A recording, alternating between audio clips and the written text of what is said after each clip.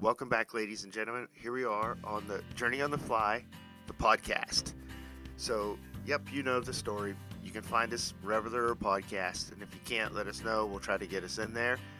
And we just want to, first of all, I want to tell all of our listeners, thank you so much. We truly appreciate some of you asking, where's the next podcast? And those that have gone back and listened, and those that are still continuing to listen kind of incrementally through the very beginning. We don't have a lot up, but man, I really appreciate the support. It really means an awful lot to me. This week's guest, because we are back, it's taken me a while. We've been on vacation and all that kind of fun stuff, and well, life's been busy, and priority is not podcasting. Priority is always God and family. So with that, well, we've taken a little forced break of sorts, a necessary one from the podcast world. Not that I needed to step away from it or something, but simply because, well, we didn't have the time. Or I guess if I'm going to man up here, maybe I just didn't make the time of the wee hours of the morning. So here we are anyways. My guest, Mr. Luke, you're going to enjoy him. Forewarning, this podcast will have a little bit more religious content to it, but I really don't care, because I'm a man of faith, and I walk that way, and I hope that it is seen in my life and actions towards those around me. So, with that in mind, I also want to thank all of my guided clients to this point. You have made this year absolutely tremendous to me. Absolutely, positively, just heartwarming, and so much growth personally, business, even as a fly fisher. I really appreciate all of it, and I thank you, and I hope you guys all had a great time too, and I look forward to getting back together with you at another date. So let's get into this. Let's have a chat about fly fishing, family, and faith. All right, Luke, help us out here. Your last name, Stradley? Yes. Dude, you have no like brown idea. people with the ST. Awesome. Pronouncing somebody's name correctly the first time is like it's like a lifelong goal of mine. Now, remembering it is another goal, and Yes. hopefully I won't have to remember it too hard, because I mean your first name is gospel, so. Yep, exactly. Doesn't take too much to memorize that one. Yeah. So, Luke, you have a podcast that you throw on YouTube. You're also on all the other places that podcasts are? Mm-hmm. Okay. Well, I'm on Spotify and YouTube. And what's the other one? I'm on Rumble as well. Rumble. Okay. Very cool. Yeah. Yeah. So, you go by the name of Riverside Fly Fishing. So, yeah. I love this because I kind of get to watch your journey into fly fishing. It's kind of recent. Is that correct? Yes. Yeah. So, I started fly fishing. I've always been into fishing. My dad took me fishing a little bit as a kid and all that stuff. But I started fishing in 2020. So I'm pretty much a noob. But I enjoy it. It's a blast. But you're figuring it out. I mean, I'm even watching your your casting, and it's not horrible. I mean, I guide for almost a living, and I watch a lot of people get their wrist. It's so hard to get people's wrist out of their cast, and then later tell them that there's instances that you need your wrist in certain tighter spots. But not to confuse everybody that listens, keep your wrist out when you're casting. Don't break your wrist. But so what kind of put you into the fly fishing world? Why did you decide to pick up that rod? So I started fishing and fly fishing in 2020. I guess to give some background, at that point in my life, I wasn't in ministry, not full time at least. I was actually. Let me take that back. I had just gotten into full time ministry at that point. So at that point, I was a full time minister. I was in school part time.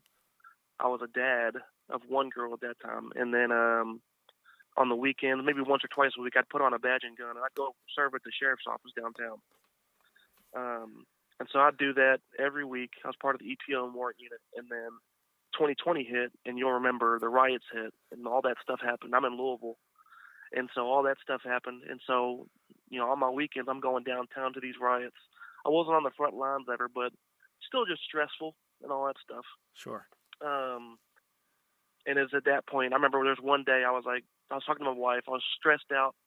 It was affecting my job and my family, friends, my physical health, everything. It was just affecting a lot of stuff. And I told my wife, I just got to go fishing just to clear my head and to just get away from everything, because it was everywhere. Everywhere you turned, you see stuff about it. So I told her that. I went fishing.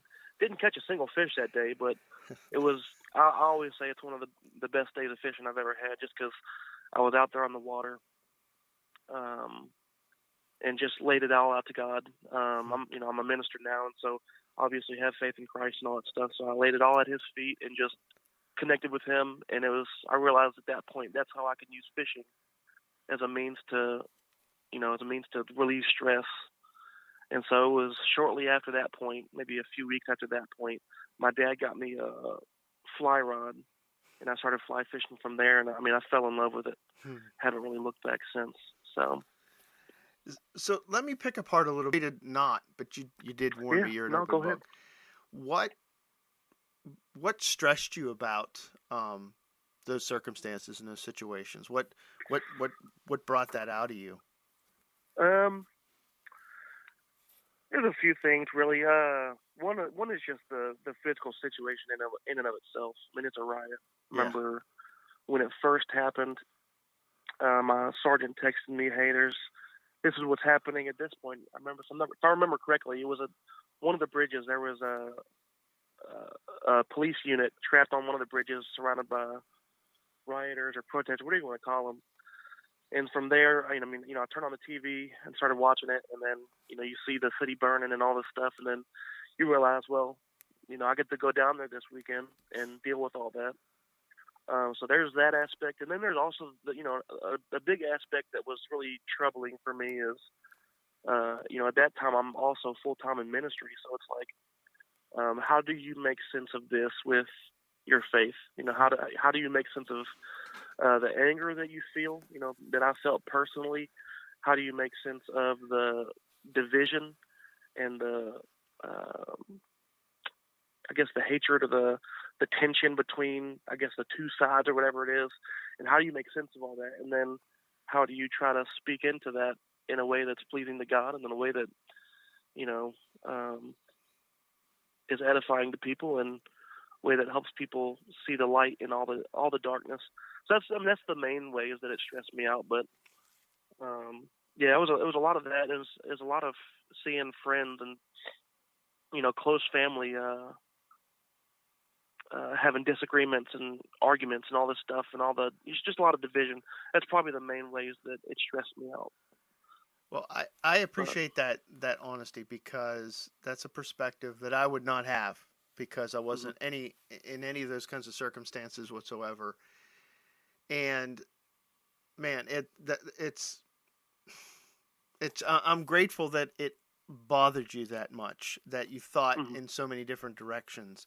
Especially, we look out in this world and we see evil, we see hurt and so forth, and there's a long conversation with some new guys that I hung out with today, a long, 10-hour conversation, literally. And it was about that kind of thing. It was about, like, you look into the world and you see such a mess.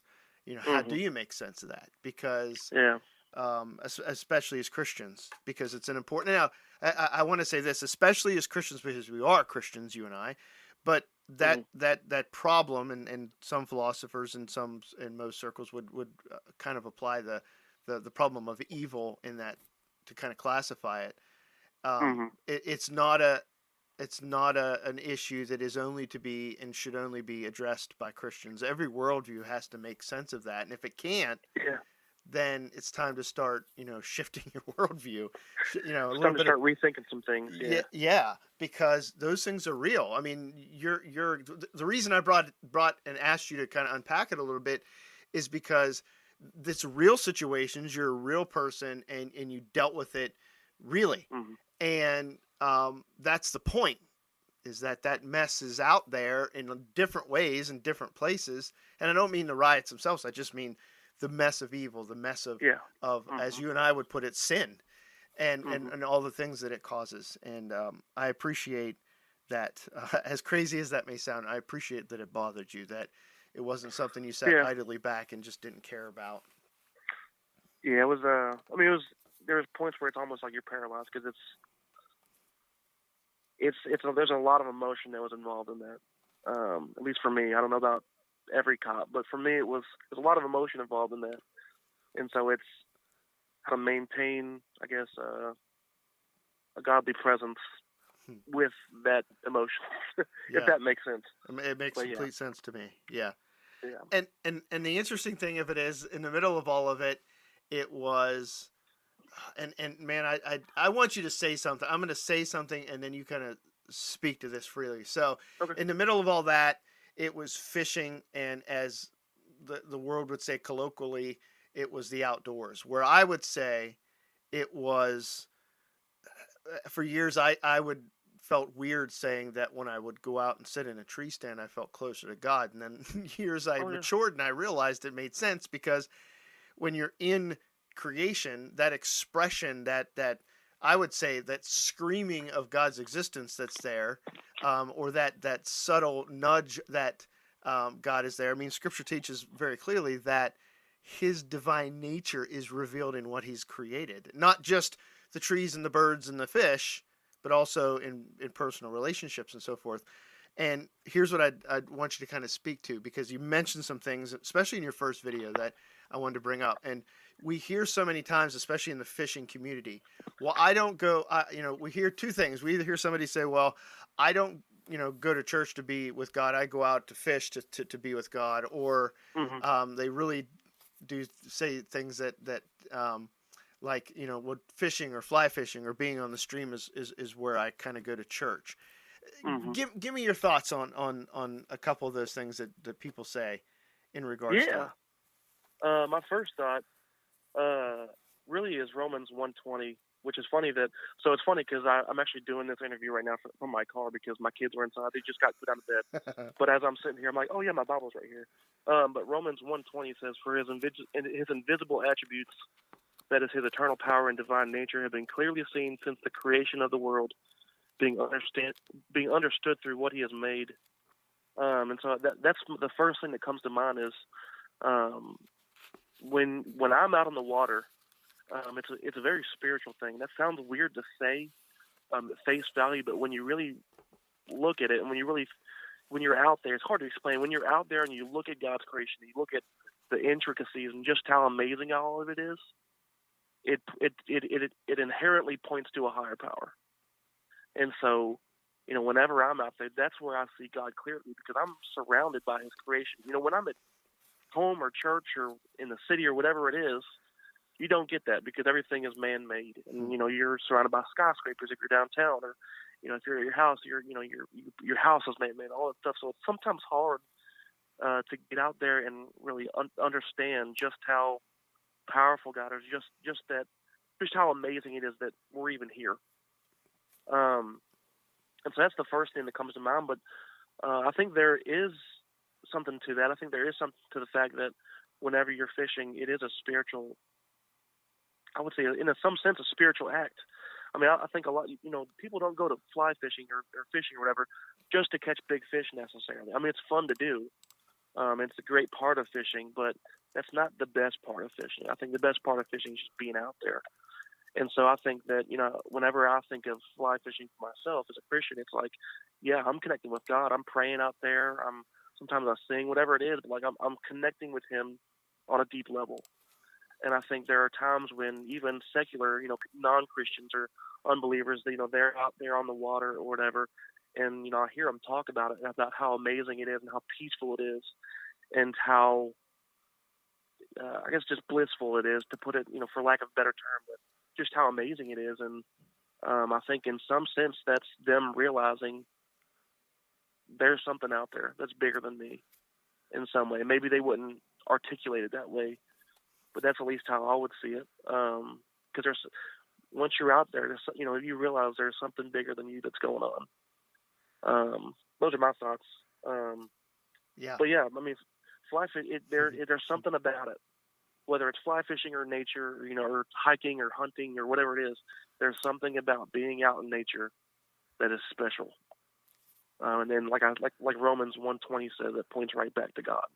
Yeah, and pretty specifically too. That's what I think that passage gets glimpsed over too quickly, because we always, especially as Christians, we always like to go to the pointy finger portion where, we're held in judgment if we don't recognize it and surrender, and that's true. And I don't want to dismiss that at all. Right. But there is, I mean, his divine attributes. That's who God is and what he's like.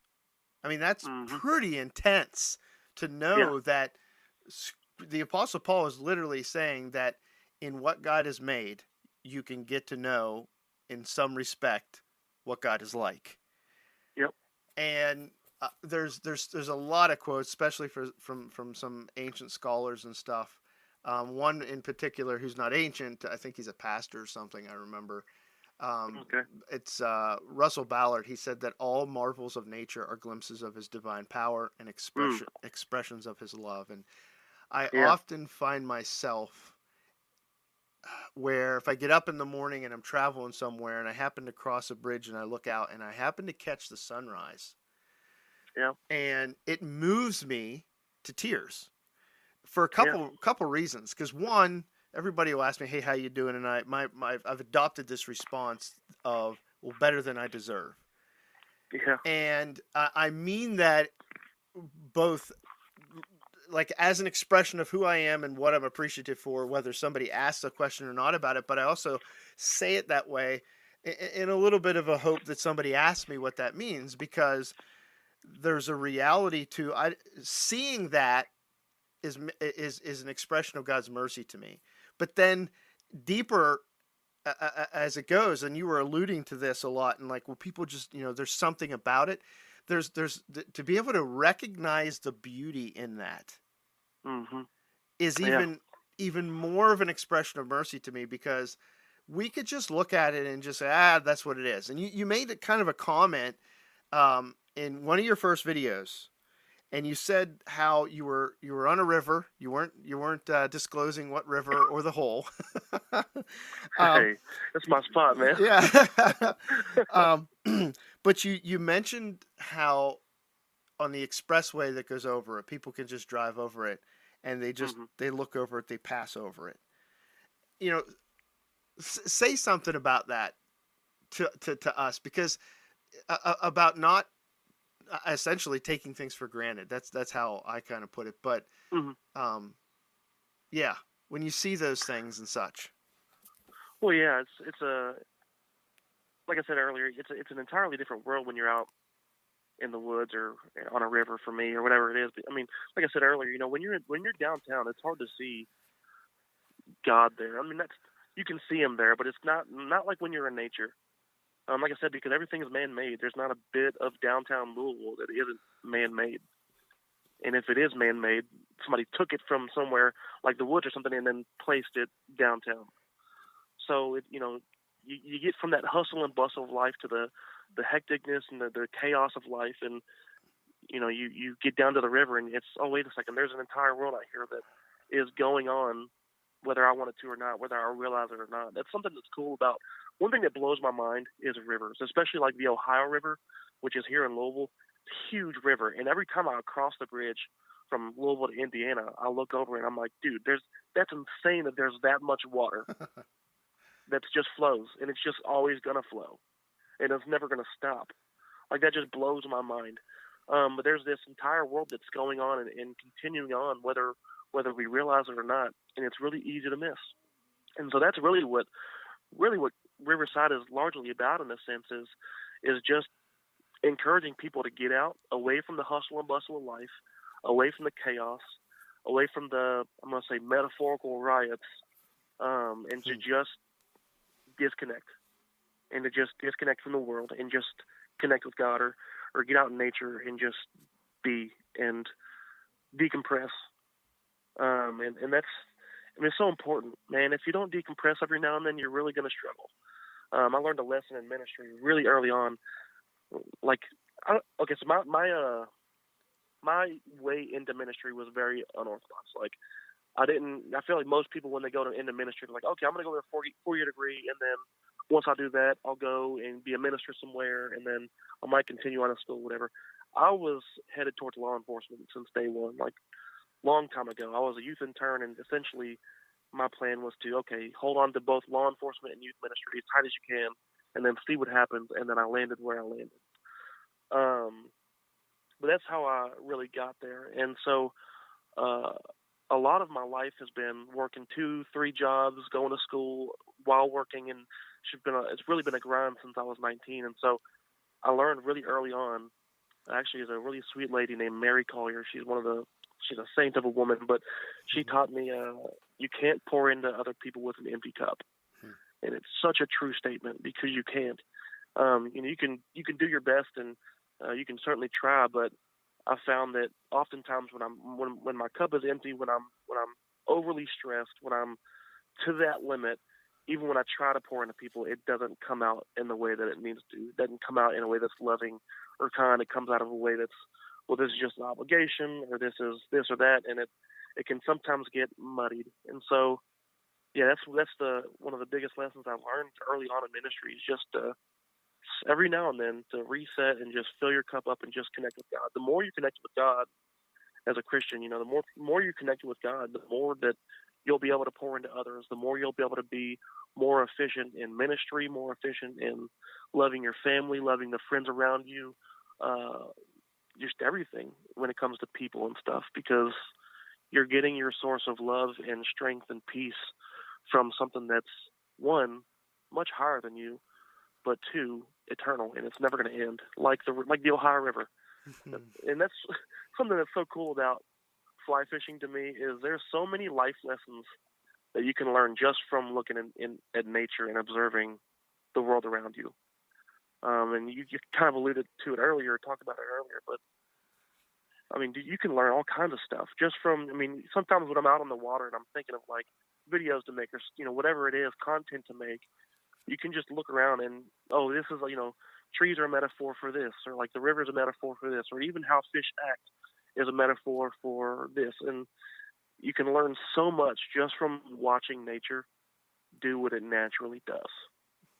If you don't stop and look, if you don't stop and get off the highway and go down to the river or wherever it is, you're going to miss it. And so, yeah, that's a big spiel, and like there's a word vomit, but yeah. It's all right. You're in good company for that. Yeah. Yeah, I was talking to one of my clients, an older gentleman, and we were just talking about how beautiful everything was. And I happened to one of the things that I do, and people who have discovered me in the guide business through this podcast know that you are not a mark to me as I say this, but when conversations come up, I will always allude to what I think is true. I will always bring up those kinds of things as seeds, but not be pushy with it. And right. I happened to mention something on the lines about how we were talking about nature and all that, and how there's almost a sacredness to it. And and what I mean by that, to clarify, it's a lot like one of my big passions is to study the moral argument for God's existence, because it's the most powerful argument I think there is, because it's the most intuitive. And when I approach it with a very, very, very modest argument, and it is basically what best explains the existence of this almost concrete feeling of right and wrong, good and evil. And in the same respect, this sacredness of creation, of nature, seems to be there. We all experience it. Sometimes we don't articulate it. Sometimes we just pass over it, as you said. And I think encouragement from you is to stop and recognize it. And then I would take it even further, and you're also alluding to this as well, is that take it further and ask some more questions about that. Why does it seem sacred? Because it's not creation or nature is not sacred in and of itself, just like the moral, Right. like morality doesn't exist in and of itself. That doesn't make any sense. There has to be Right. something that grounds an oughtness, you A should do source. these things. Yeah. Hmm. And I think in the same sense, and the scripture just taught us that as you read it, that nature or creation is sacred, not in and of itself, but because it has a holy creator. Hmm. And we find, and I've said Yeah. this often, that we find ourselves um, grateful. We find Yeah. ourselves full of gratitude and thankfulness when, say, we catch a trout or we experience a sunset. And to me, I think it's really important to ask a little bit bigger question, a little bit deeper question, kind of, crack that egg in the sense that, well, who am I thankful to? The trout? I mean, the trout didn't Right. cooperate. I worked hard to trick that trout. He Yeah. just happened to be Exactly. dumb enough to take my fly. Um, and clearly, the trout didn't dress up the way he did that day and put himself Yeah. in the place he did that day to make it look beautiful and attractive to me. Because every time I'm thankful and I am grateful, every time in all of our lives, it's always been because somebody did something that deserved gratitude. There's a person involved there. And I think I would probably venture to say, and disagree with me or agree with me, whichever you lean here, that that's both of our approaches. That we're saying that, look at this, don't take it for granted, but when you do see and you express that and feel that gratefulness that's there, ask a deeper question about it, examine it Oh yeah. a lot further than you have in the past.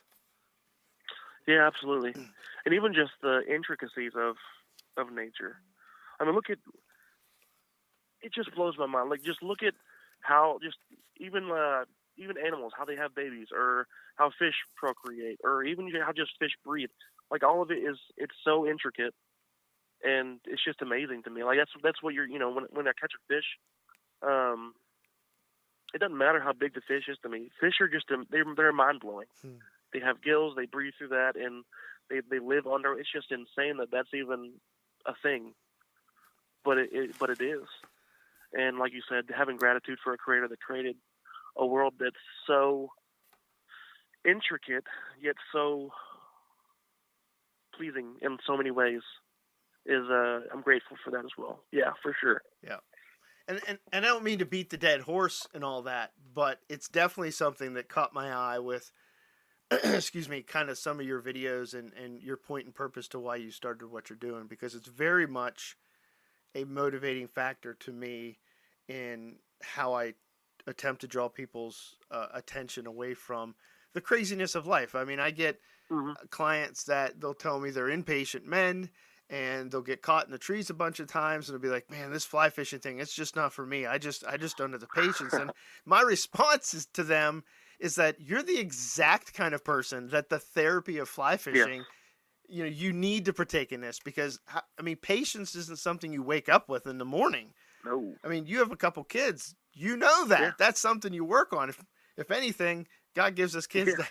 to give us more patience. But it's like, the guy that wants, a six pack. You don't just watch it on TV and wake up the next day and you have it, or the Right. redneck six pack and lean up against a chain link fence. It's Yeah. a lot bigger than that. You got to work hard on that, Yeah. and that's where those rewards and character is built. Oh yeah.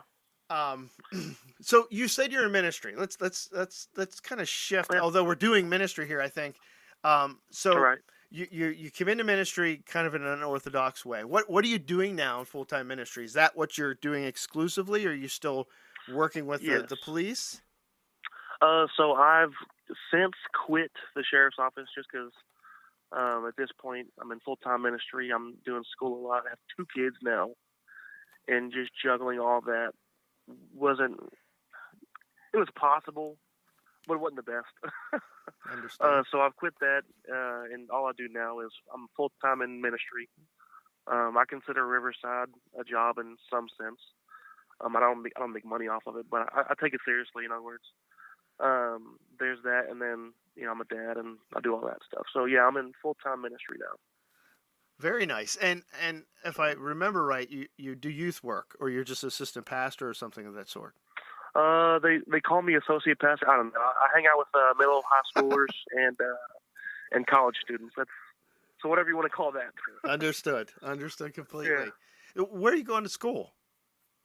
It's called Heritage Christian. It's in Alabama, so Nice. It's all online for me. Very nice, very nice. Yeah. Yeah.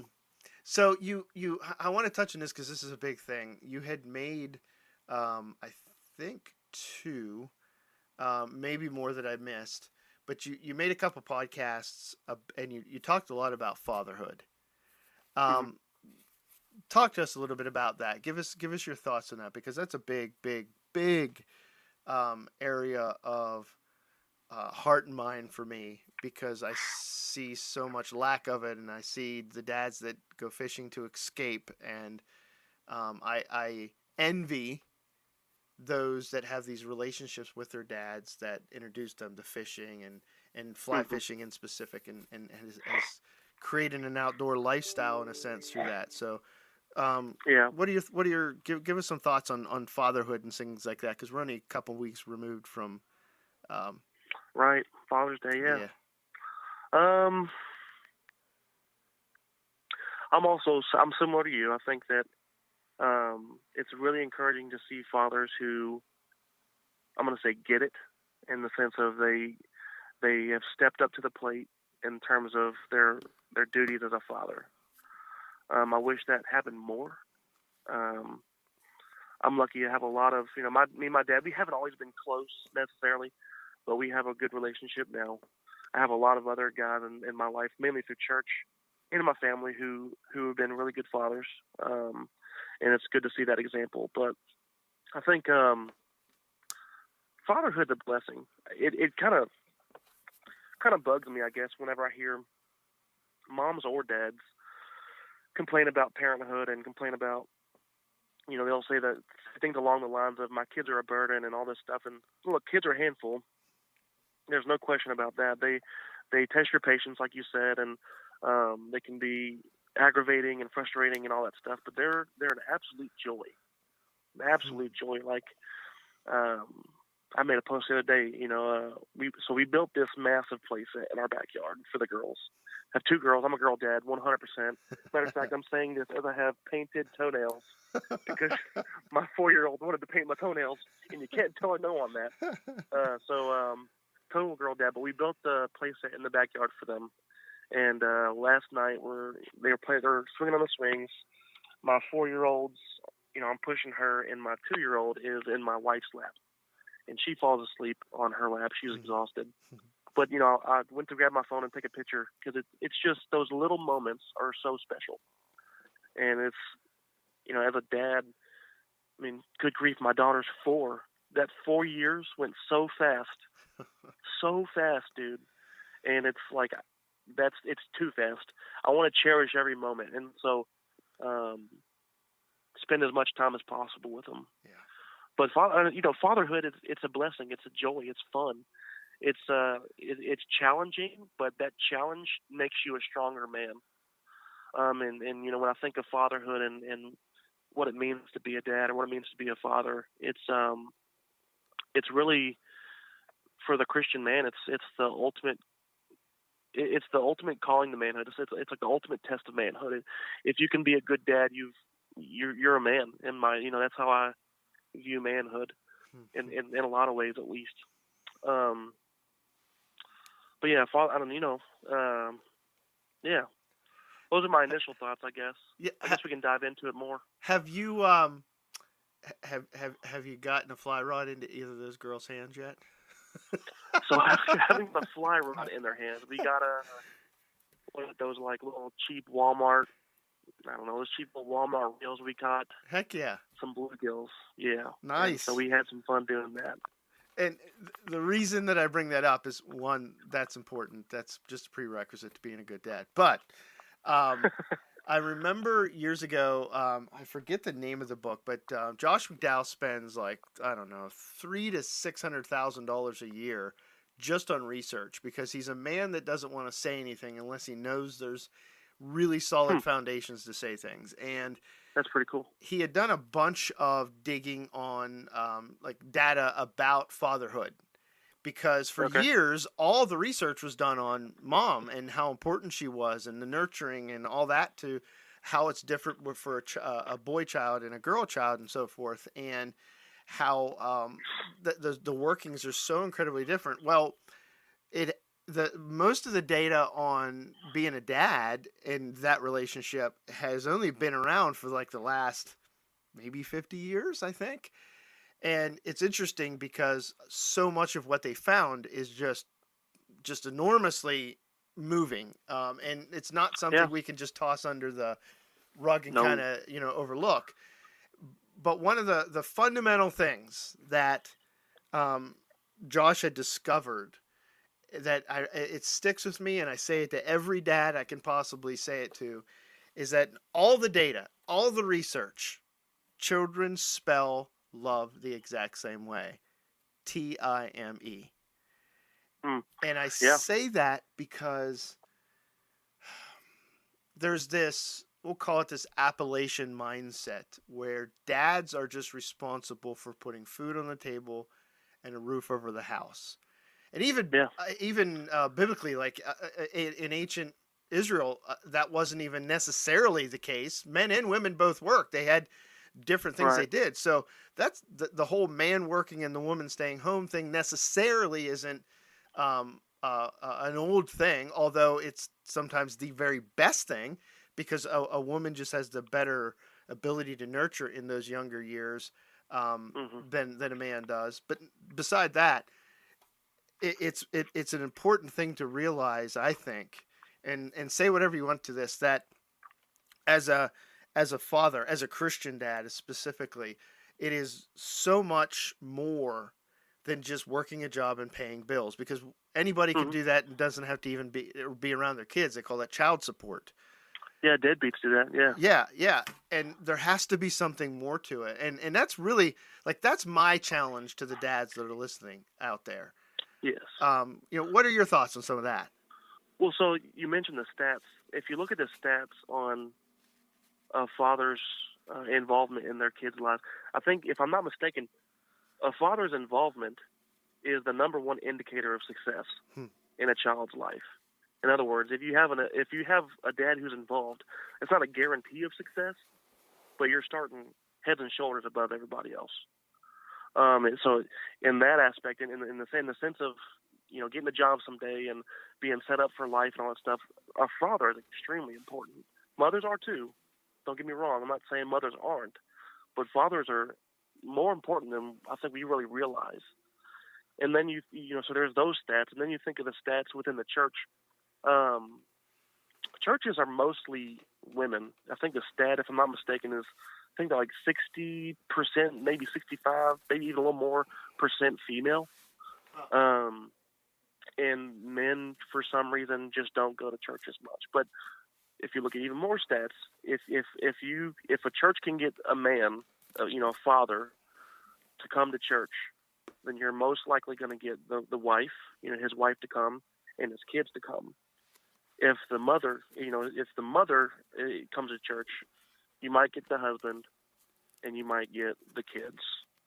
But if it's, for some reason, the stats show, if the father comes, you're most likely going to get the whole family involved. And so you think of how a father's involvement. So when you think of all that, a father's involvement can set up your kids for success in the real world, and in the marketplace, or whatever it is, the I don't know, the world we live in. But it also can set them up for success spiritually. And so when I think of those, it's like, fathers, you really don't have an option to sit this one out, dude. You don't have an option to sit it out. You don't have an option to let somebody else do this. This is your responsibility. You and your wife, or whoever it is, brought these kids into the world. That's your responsibility as a father and as a man.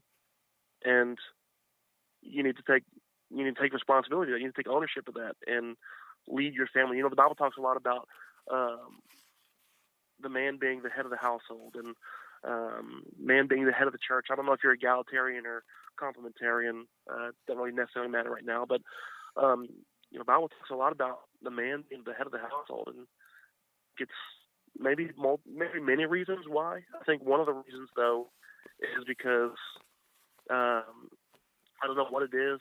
Maybe it's just God's design, but it seems like men, um, maybe the best way to put it is men are just good. I don't know. It's something about manhood and leadership, or fatherhood and leadership, that's special. Maybe that's the best way to put it. I don't really know how to put it. But when I think of all that, yeah, fatherhood is, if you're a father, you need to be involved. You need to be in your kids' lives. You need to be teaching them and walking with them, not just teaching them how to fish, although that's awesome, not just teaching them math and science, although that's awesome, but also teaching them how to grow with the Lord, how to grow in Christ, how to grow a relationship with Him, and not just by word, but with deed. Teach by example. And that's a big thing, because, this is something I'm really passionate about is, as a youth minister or whatever, is families. I wonder if we've made a mistake by the way we've done youth ministry. And what I mean by that is there are so many times when a parent will drop their kids off to Sunday morning class, Wednesday night class, and maybe some youth events throughout the year, and they think that's enough. And quite frankly, it's not. If you really want your kid to have a relationship with God, that's your job, parent. You need to be leading them by example. You need to be teaching them all this stuff. You need to be having conversations about God and Jesus and theology and whatever it is in your own house, because it's not just it's just not enough. If you look at the stats for teenagers, and I'm kind of going off on a tangent, or I guess you're good rabbit hole here, but if you look at the stats on teenagers, the stat is 70% of teenagers leave the church after they graduate high school. 70%. That's insane. That's a huge number. 70% of the teens leave church after they graduate high school. Now, some of them come back once they are older, and a lot of times once they have kids. But a lot of them don't come back ever, and they're just out. If you ask why, I would say a large part of that is because the way we have, I guess, maybe marketed, or maybe we've talked about youth ministry, because we think that our culture has the idea that if you take them to church and have a youth minister teaching them stuff, that they'll be set up for life spiritually, but it couldn't be further from the truth. And it's a parent's involved. It's a parent's job to lead their kids to Christ, more so than it is a youth minister's. So as a youth minister, I say that because youth ministry should be family oriented.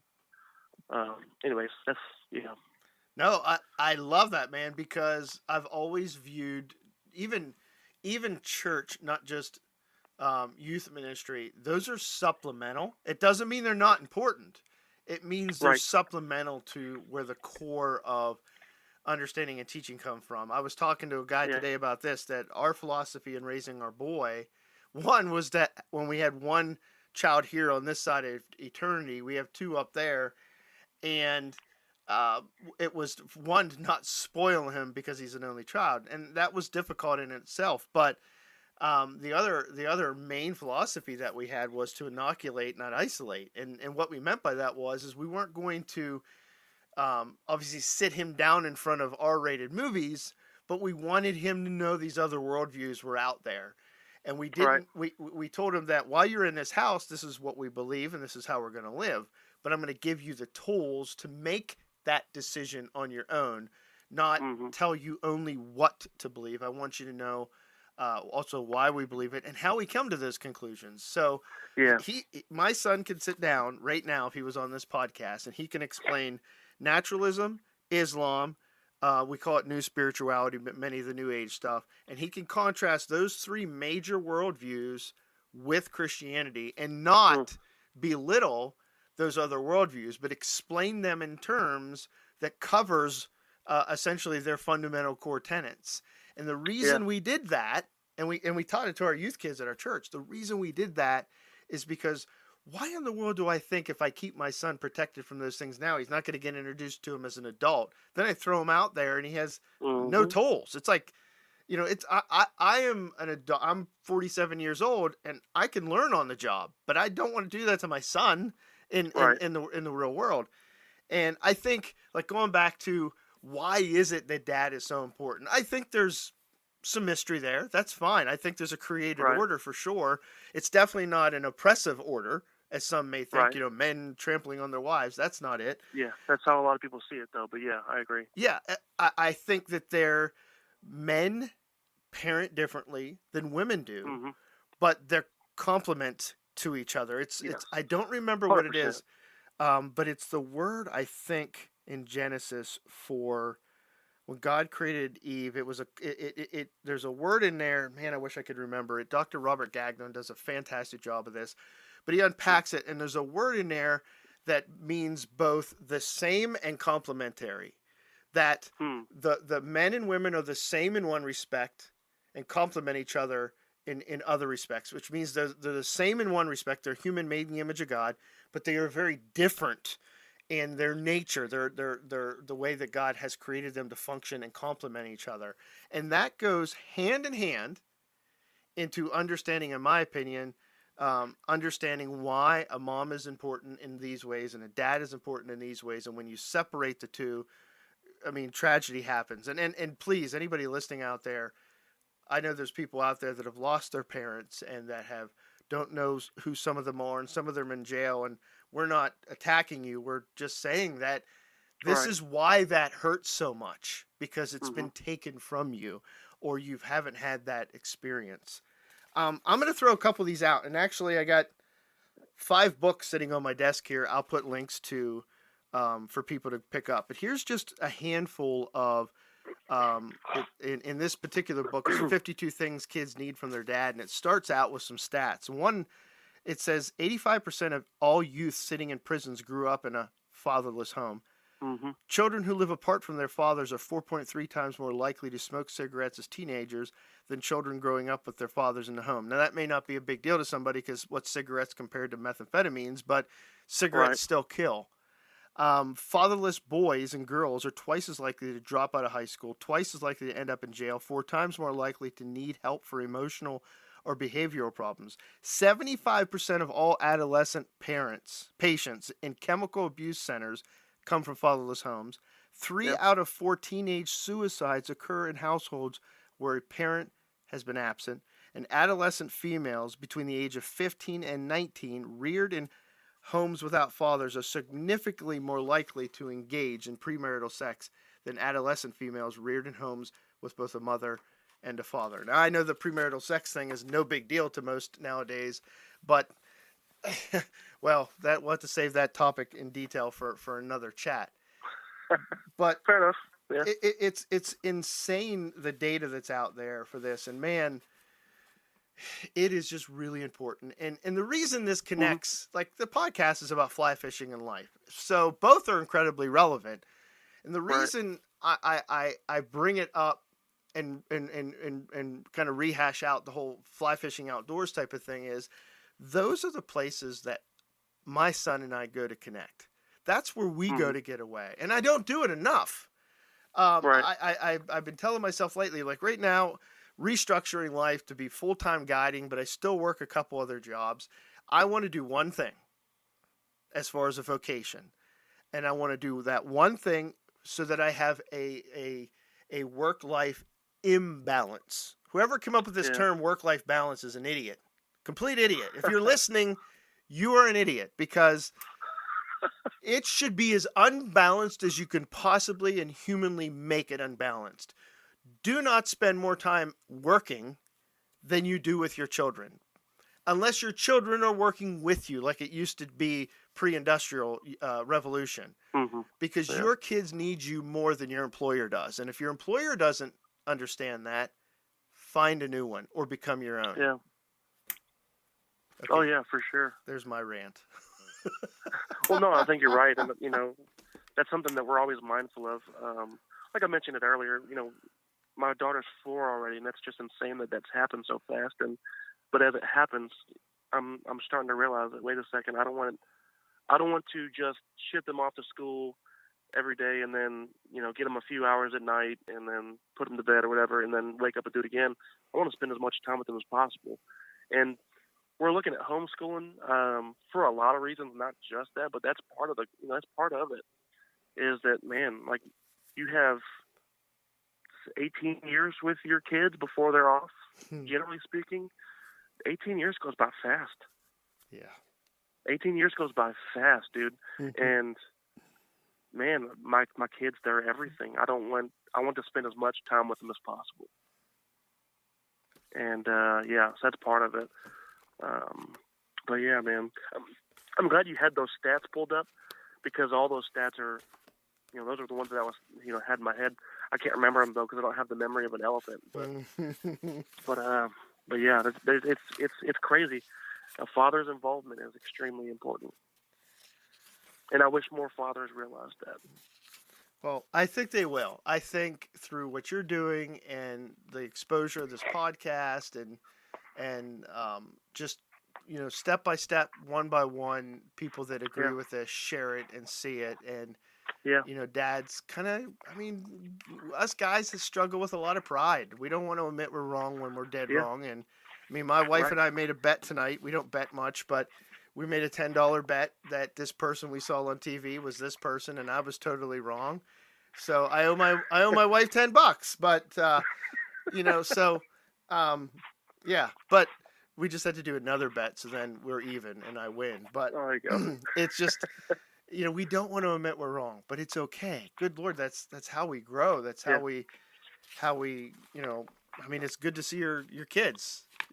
For your kids to see you fail in those respects and how you handle it. But well, brother, do you got any last words for us? I don't want to keep you anymore. I want you to go hit the hay, and I appreciate you taking some later time for us tonight.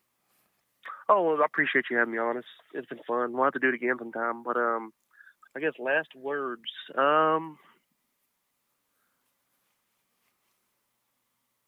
Last words.